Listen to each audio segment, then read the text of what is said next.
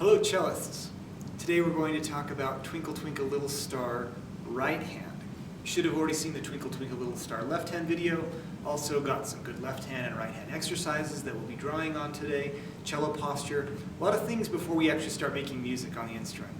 Now whether you're 30 or 3 years old, we really like to start with Twinkle Twinkle Little Star, and I recommend that you get Suzuki Book 1. So Suzuki Book 1 has 4 variations in the theme of Twinkle Twinkle Little Star. The first one's Tucka Tucka Stop Stop. Suzuki parents, you'll have heard this a lot.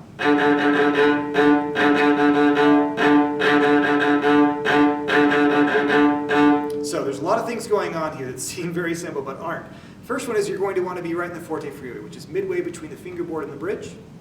Right, we've talked about this before. And then the other thing is you're going to be perpendicular to the string, or in a T-bow. I also want you to be on the side of the hair. In other words, we don't want you to be straight up and down. We want you to be tilted a little bit to the side. It helps the shoulder to be low and the string to grip more firmly. So,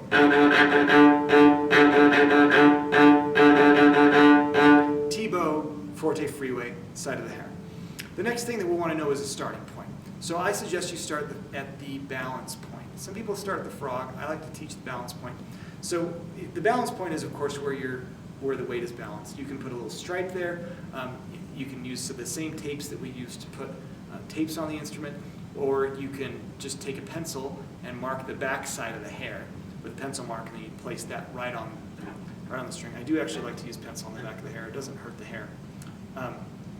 So weight before horizontal motion. We'll push down, and then we'll pull sideways, and then you'll want to set that up right on the balance point. An inch is all you need.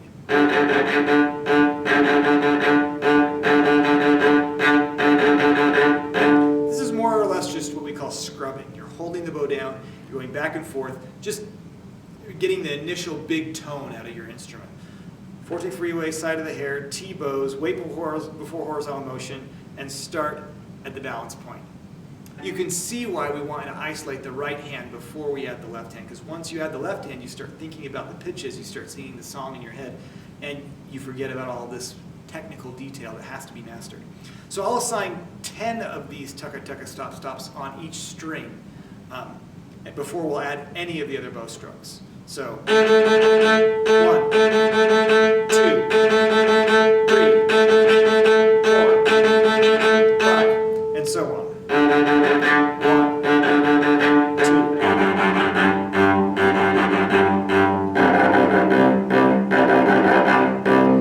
Develop a lot of strength, especially in the bow hand, as you do these over and over again. 40 a day, 10 on each string.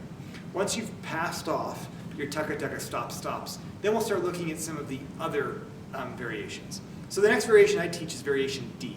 It's straight 16th notes, and I start at the middle of the bow. So if you were to take the hair and go right in the center of it, right, then that's where we're going to start. Then you can make a second tape there or a second line there, and that's the middle of your bow.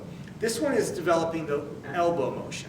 So we've worked on open, open, close, close. Right? This is that second open, and we're only going to open an inch or two. But if you do it too low, then it's going to be all shoulder. Right? So we want to be out here where you can isolate the elbow. And there are a couple of exercises that will help with this. The easiest one is to just have the parent put some sort of their hand or a block and hold that elbow so they don't do this. Right? But it's blocked, and they open. The other one is to have someone put out their hand like it's a pad, and that you're boxing, and you take your thumb and your first 2 fingers, and you turn your hand sideways, and you tap someone's hand. Tap, tap, tap, tap, tap, tap. Because you don't end up doing this so much. You feel like you're on like a speed bag, and you're Rocky Balboa. If you can't develop this open, this elbow motion, it's okay. Some students are so young and not quite coordinated enough to do that. You do it here, at the frog. That's on the shoulder. We have opportunities later in Book 1 to introduce that technique. But if you can do it now, let's do it now. So that one's wish I had a watermelon, wish I had a motorcycle. If you're a motorcycle family, wish I had a motorcycle. Wish I had a motorcycle. And one of the biggest problems once you've got this going is that you want to start up bow.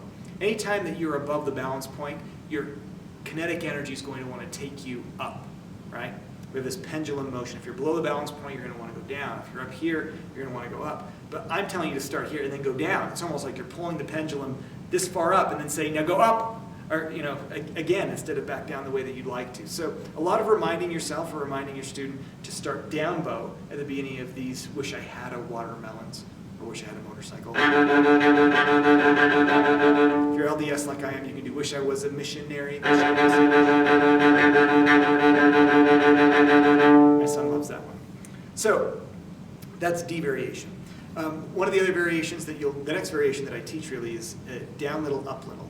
And this one, you'll start at the balance point where that first tape would have been. You'll pull about a 4 or 5 inch bow. So we go down and then a little bow. Little, down, up, down, up, down, up, down, up, down, up, down, up, down, up, down, up. And so this becomes an alternating bowing. It's kind of tricky. Down, little, up, little, down, little, up, little, down, little, up. The repetition of the littles help them realize that this is an alternating bow stroke. In other words, you're only going to get back down to that tape on every other pattern. So down little, up little, and then down, up, rest, down, up, down, rest, up, down, up, rest, down, up, down, rest. Some students will do I love sh, you, I love sh, you. No matter what you do, you're going to need something on that rest note, some physical impetus to help you know not to play during the rest. Otherwise, it starts to rush. Right? You need something when you're not playing to help you know how long you're not supposed to play for. So down, up, rest, down, rest, down, up. And you can see how combining these sort of new experiences with the bow should be isolated from having to do anything with the fingers, so that your undivided focus can be on this bow. The new bow hold that we worked on, right? The T-bows, forte freeway, side of the hair. Students will spend as much as a year, if they're young, on Twinkle Twinkle Little Star. And don't be discouraged. They're not taking a year to learn how to play Twinkle Twinkle Little Star. They're taking a year to learn how to approach a new instrument and building coordination and building independence of left and right hands. We're not learning Twinkle Twinkle Little Star. We're learning to play the cello. So, some students will also add the triplet variation. Sort of depends on the teacher, but the triplet variation is just straight triplets.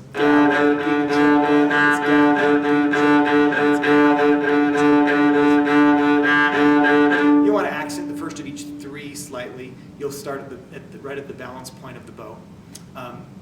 And then you've got your variations. The last one, the theme, we'll just use your open, open, close, close. It's this. A shorter one. Each one of these teaches you a different element of bow control. The first one, tucka, tucka, stop, stop, is a scrub. You're just trying to get deep tone. How do I apply weight into the string and keep it there? The next one will help you to develop some usage of the upper half of the bow. How do I apply weight above the balance point and keep it there, right? And then once you're doing down little, up little, you're re-engaging the string. So we go down, and then we have to re-engage for this little, and then up. Some students have a problem with this re-engaging, so maybe start with the littles. That helps them dig in. Little, down, little, up, little, down, little, up. And once you can do that, then go to the down, little, up, little, down, little, up. Right? Galloping triplets is going to teach them the rhythm. It also lets them develop a stroke that's less scrubby or heavy. Skates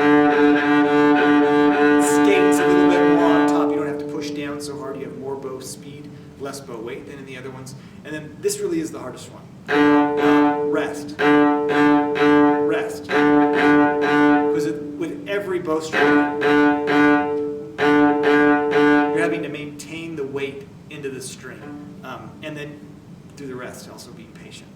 So if you're on the slow track, if you want to learn this deeply, do each of these 10 times a day on each string. That means each of these variations 40 times a day. Once you can do that, or if you'll do that, then you'll find you'll master them fairly quickly and then be able to add the left hand to the mix. Again, remember, you're not learning Twinkle Twinkle, you're learning how to play the cello. Be patient with yourself. You've never done anything like this before, chances are. We don't hold anything the way that we hold the bow. and learning to approach the instrument with the bow in really 4 or 5 different ways is going to pay off huge dividends down the road. It takes maybe a year to get through all of Twinkle and then a year to get through the rest of the Suzuki Book 1 because you've got the tools at that point. If you rush through this, then we've just got to teach you those tools in later spots down the road and alleviate the bad habits while we're at it. So start out pure, start out without any bad habits. Forte freeway, all right, side of the hair, T-bows, weight before horizontal motion. Great. Happy practicing, cellists.